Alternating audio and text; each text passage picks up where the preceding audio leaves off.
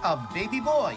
Yan ang ibinahagi ng kapuso couple na sina Micael Daes at Megan Young kamakailan sa kanilang loved ones at fans.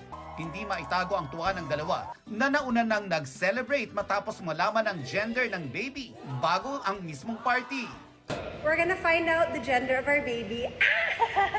Well, yung guess ko is I was thinking that 90% chance na girl.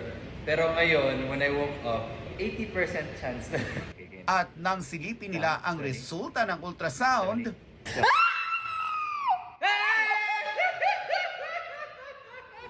ang mag-asawa talagang hands-on para sa kanilang baby. Sa Instagram post ni Micael, ikinwento niya ang kanilang DIY gender reveal party.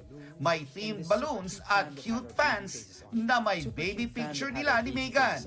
Extra hands for the food preps naman ang soon-to-be at tita na si Lauren Young.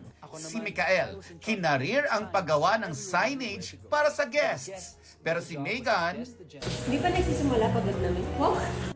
may arts and crafts corner pa para sa mga bisita na nagsuot ng blue o pink. Depende sa kanilang hula. It's a boy! Girl.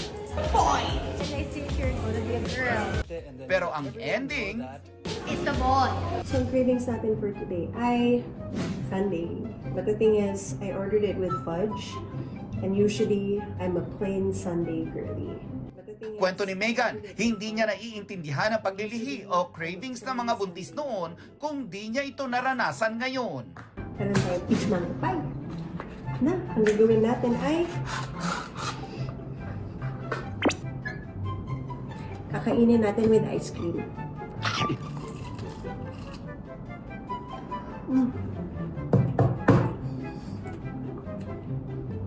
Banana. Si Micael naman, mukhang nasampulan. Kinain na yung tira kong mangga. Kwento ni Micael, marami na raw siyang naririnig noon sa pamahiin. Tulad na lang ng aantukin ka kapag kinain mo ang pagkain ng buntis. Super awesome. Wanna try? Good luck to me.